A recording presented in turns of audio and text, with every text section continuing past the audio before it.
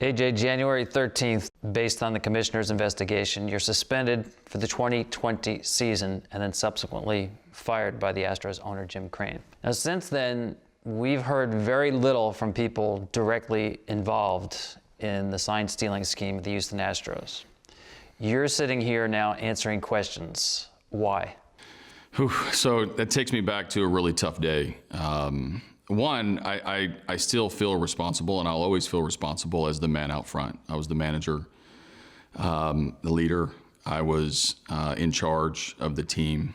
I put out a statement that day. It was a very emotional day for me and my family to apologize.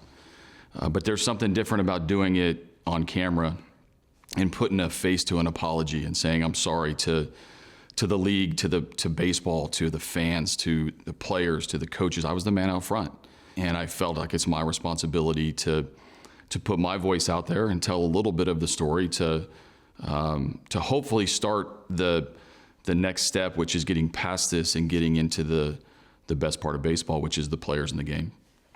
What are you taking responsibility for? You know, it happened on my watch, and I'm not proud of that. I'll never be proud of it. I didn't like it, but I have to own it because in a leadership position, I mean, the commissioner's office made it very, very clear the GM and the manager were in position to make sure that nothing like this happened, and we fell short. The investigation went on for 3 months.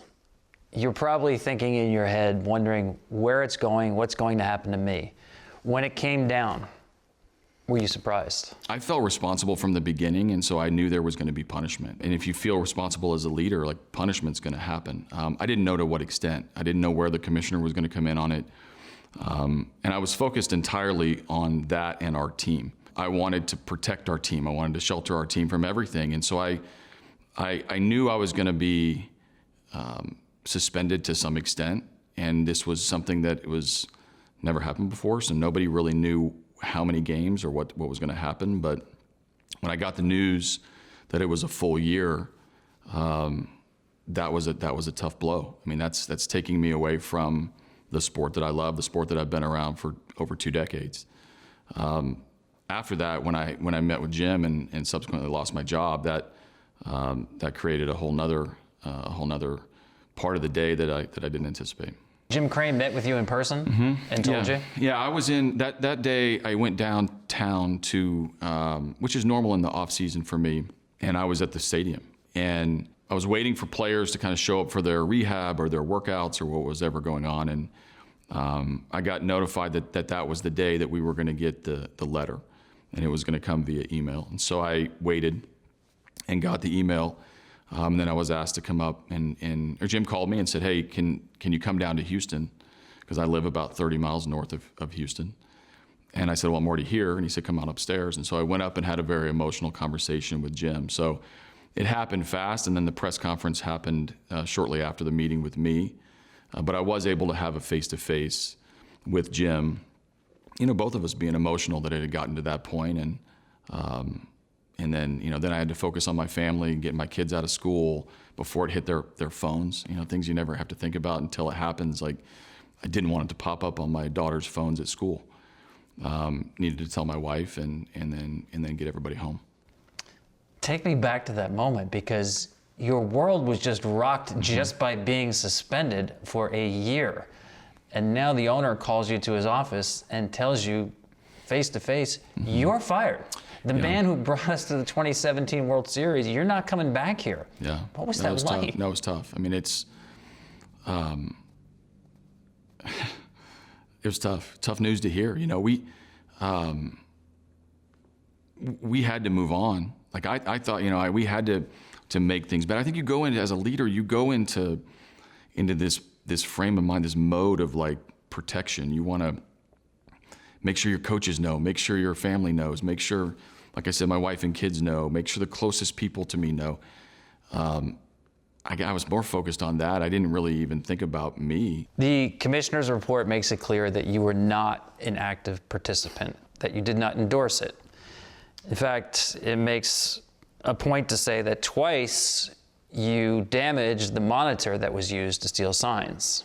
Is that true, that you twice somehow, and you can explain that maybe in detail, damage those monitors as a signal to players that you did not endorse what was happening? Yeah, I did, and I didn't initiate or I didn't endorse it, but I was the manager, and I think there's a responsibility when you're in a position to end it. I think my mindset at that point was to demonstrate that I didn't like it. So what did you do? I hit it. I mean, a bat. I mean, I didn't like it. You took a bat to it. Yeah, I didn't like it. In hindsight, I would have had a meeting. I should have had a meeting and addressed it face forward and really ended it. Leadership to me is often about what you preach. It's like your pillars of what you believe in. Leadership's also about what you tolerate. And I tolerated too much. And that outlash of angst that I wanted people to know that I didn't like it. I should have done more. I should have addressed it more directly. I mean, it's complicated when you're talking about a team and all the inner workings of a team, but in reality, I just feel like I could have done more looking back, especially the leader that I feel like I am in 2019 versus where I was in 2017 and where I've grown. But it's always easier to look back and wish you could have done more. So the commissioner's report said it started with, in terms of relaying signs, there was whistling, there was clapping, there was yelling. Eventually they settled on the system with the banging of the trash can. You're the manager, you're in the dugout. You have to be hearing the banging going on, correct? Yeah, no, I heard it. I don't think you process it right away as like you hear a lot of things, but I heard it. So at some point though, you begin to process what's going on here. Mm-hmm. And you said, obviously you know it was wrong. The question is, why don't you step in at that point and say, guys, knock it off? I wish I would have. I really do. I think that's a big question that I'm going to process over what's now a season-long suspension. I think it's something that I've continued to think about, certainly through the investigation and when you have to openly talk about it. I wish I would have done more. Right is right and wrong is wrong, and we were wrong. So I wanted to show you the September 21st game against the White Sox. Danny Farquhar is on the mound. If you haven't seen it, this is Evan Gattis as a bat. And the system the Astros have in place is if there's banging on the trash can, the hitter knows an off-speed pitch is coming. Why don't you take a look at this?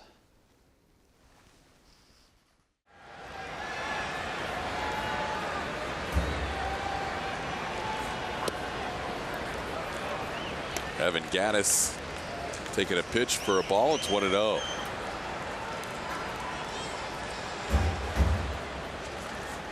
Gattis has done well this year as a pinch hitter.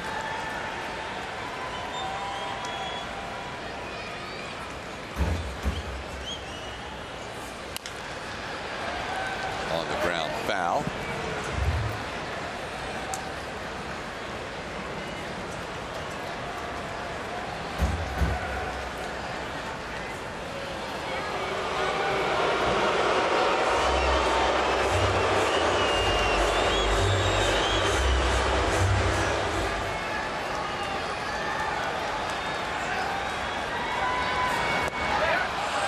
Farquhar gets Gattis for the first out of the 8th. So when you see that, how much does it hurt? A lot. I was wrong. So this group obviously trusted you. You had trust with them. You grew with this group of players. You mentioned taking a bat to the monitor twice. That would seem to be, to me anyway, an overt signal to your players that you were not on board with this. But let me read you something the commissioner wrote in the report. That the players stated that if manager A.J. Hinch told them to stop engaging in the conduct, they would have immediately stopped. Do you believe that to be true? That's hard to hear. I hope so. No, I hope so. I hope so that as in a manager position, hitting the monitor with a bat wasn't enough. Clearly, it wasn't, and I think that's what I look back at as something I could have done better. I think as you grow in confidence, right? As you grow as a manager, if you look at my career, I'm much more confident today than I was in 2017. Where I fell short is I didn't believe that at the time. Otherwise, I probably would have handled it differently, and I should have. In the commissioner's mind, there's before and after September 15th, 2017. That's when he put out the memo warning teams about the misuse of technology to steal signs. After that, now everybody's on notice. He said in his report, though, that went to all the general managers, that your general manager, Jeff Luhnow, did not circulate that memo, nor did he come downstairs to say, hey guys, are we in compliance of this memo? And he said if either one of those things had happened, we are not here today. Did you not know and did not find out from your general manager about the memo? So I don't remember the exact date. We didn't talk about it, and the memo didn't come to me. But that doesn't mean that it was right to do what we did. One of your players is probably the reason, or big reason, why we're sitting here, Mike Fiers. A member of the 2017 Astros came out on the record and identified the trash can scheme.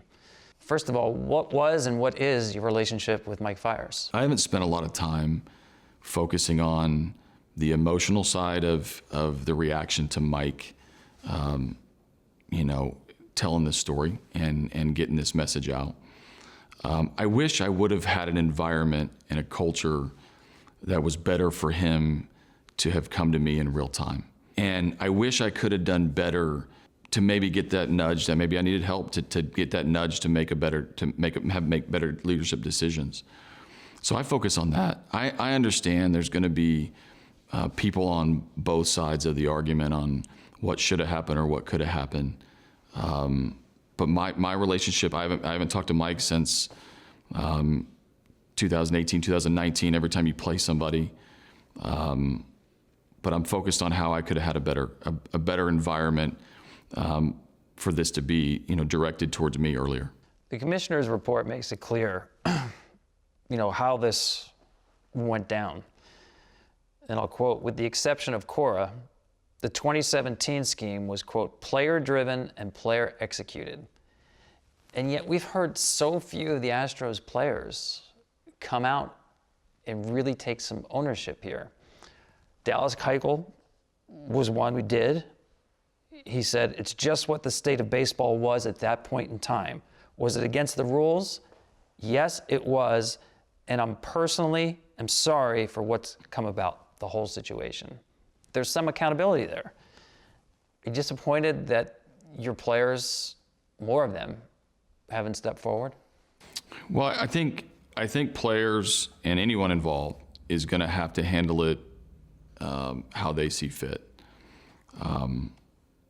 I know in time everyone's going to have to address this. Everybody's about to go to spring training, and players, coaches, managers, executives, everybody's going to have to address this in their own way.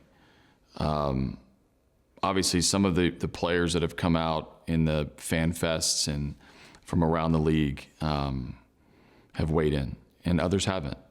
And I just know as the manager, I have to hold myself to that high standard and that accountability and that apology as well, because I was the manager. So I don't know how everyone's going to handle it.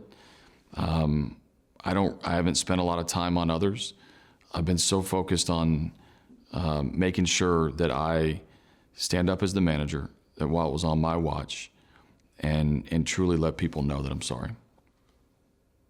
You know better than anybody that this team now is being painted with a much wider brush than what the commissioner applied to this.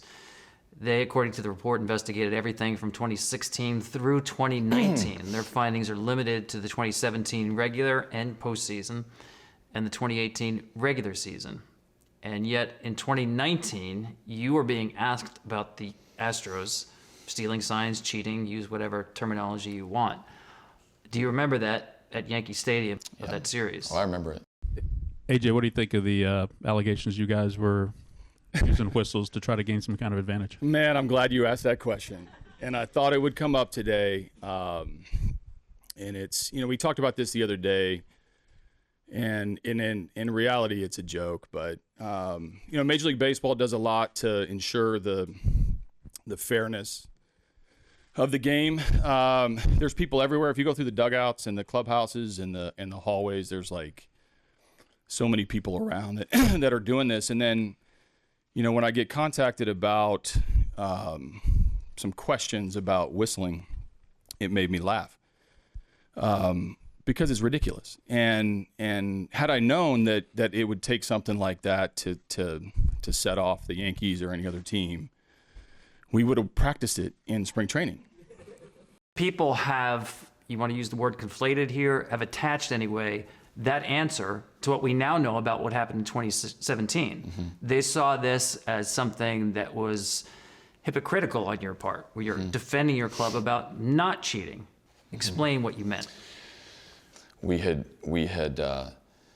played a couple games against the Yankees, and the issue in question was dating back to like game 1, and so I knew a little bit about it going in, and it wasn't until we got to New York when I was getting asked the question.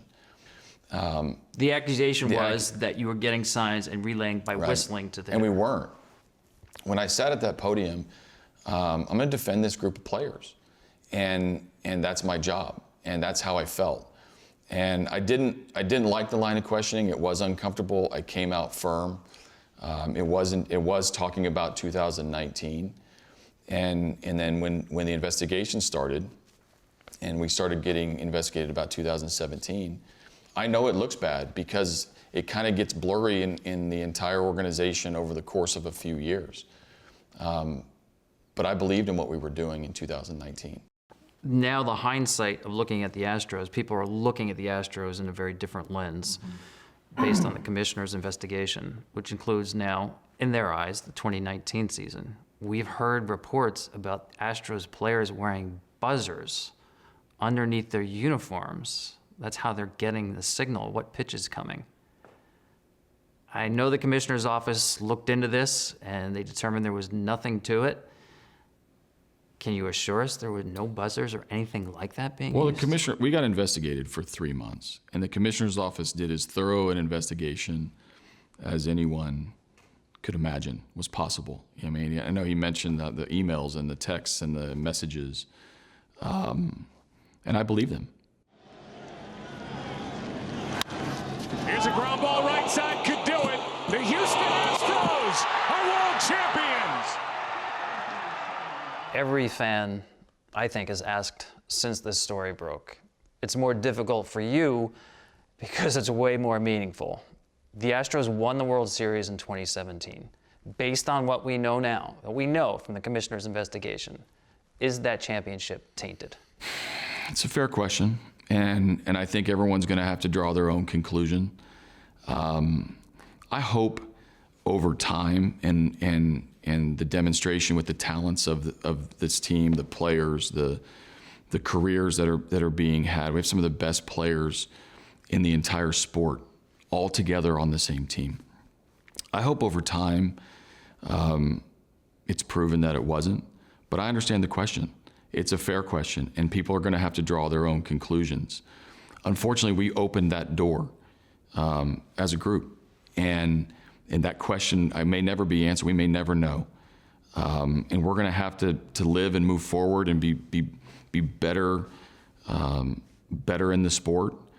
But unfortunately, no one can really answer that question. I can't pinpoint what advantages or what happened or what exactly would have happened otherwise. But we did it to ourselves.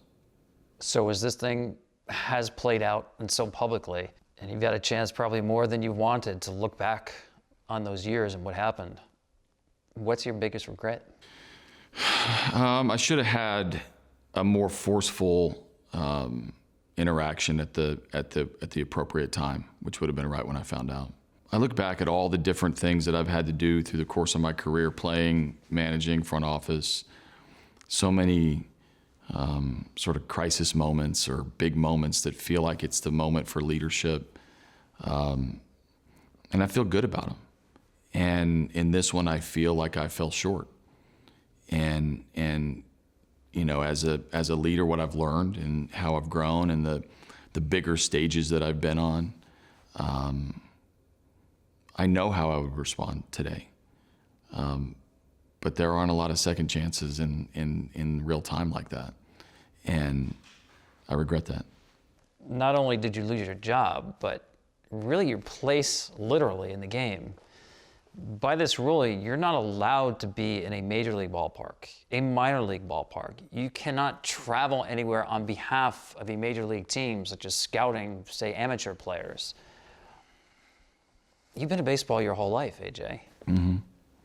What's this going to be like where you are persona non grata in the game that you love? Yeah, I have no idea. I don't know. I mean, I know my suspension and termination was on January 13th. I really feel like it starts almost officially, this weekend when I'm supposed to leave for spring training, and it's the first spring training in 24 years that I haven't been involved in.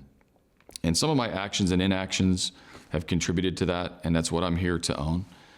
But I'm all about baseball. Like, I love baseball. And my goal is to contribute back to baseball again. I don't know what that means, but I think it's going to be such a unique year to gain a little bit of balance, to gain some perspective, to learn from this entire thing, and come out better for it. I'm very proud of what I've done in baseball. I'm going to miss it terribly. I'm going to watch as many games as I can because that's what I am. I'm baseball 24/7, and but I'll take it seriously, the fact that I've been suspended based on the position that I was in and what went on under my watch, and I will come back stronger for it, and I will come back a better leader, and I will be willing to do whatever it is to help the game be better. Do you want to manage again? I do.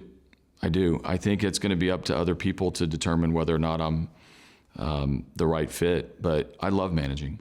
I love players. I love the competition.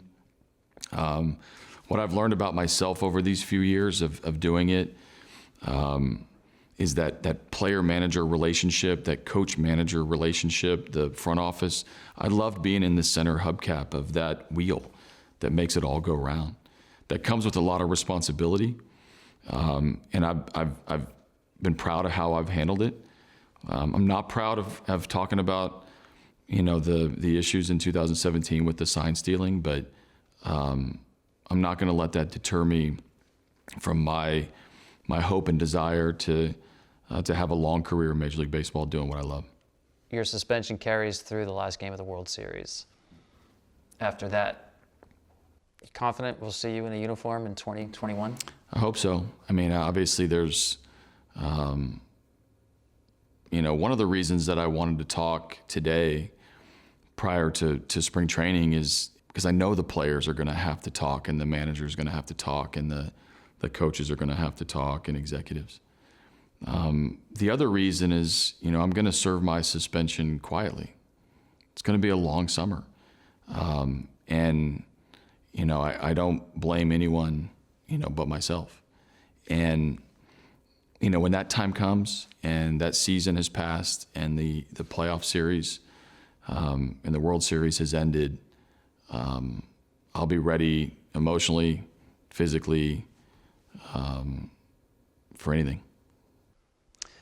AJ, by coming out, answering questions, what would you want an Astros fan, a baseball fan, to really take away from this? One, that I'm really sorry for everybody. I mean, my personality is to try to take the burden for everybody else. I want everybody around me to be better. This happened on my watch. I take it really seriously. I've had unbelievable conversations with major league managers and some of my players around the game, executives. And I want people to know that I care, that I'm not just, blowing it off and shrugging my shoulders and saying that I'm upset because we got caught. It's much bigger than that. I want my daughters to see me hold up my accountability and take responsibility for being in this position. I want my family my wife and kids to be proud of how I handled this. But more importantly, for the Astros fans and the baseball fans, the supporters, the detractors, I just want to be real and be relatable in this situation that made a mistake. I wish I could do it over again, like many of us in life wish we could do something over again. And that I will work tirelessly to restore the integrity that's needed in this game, and the integrity that's already in this game. And I believe in baseball. I love baseball. And I can't wait to see what's next for the sport.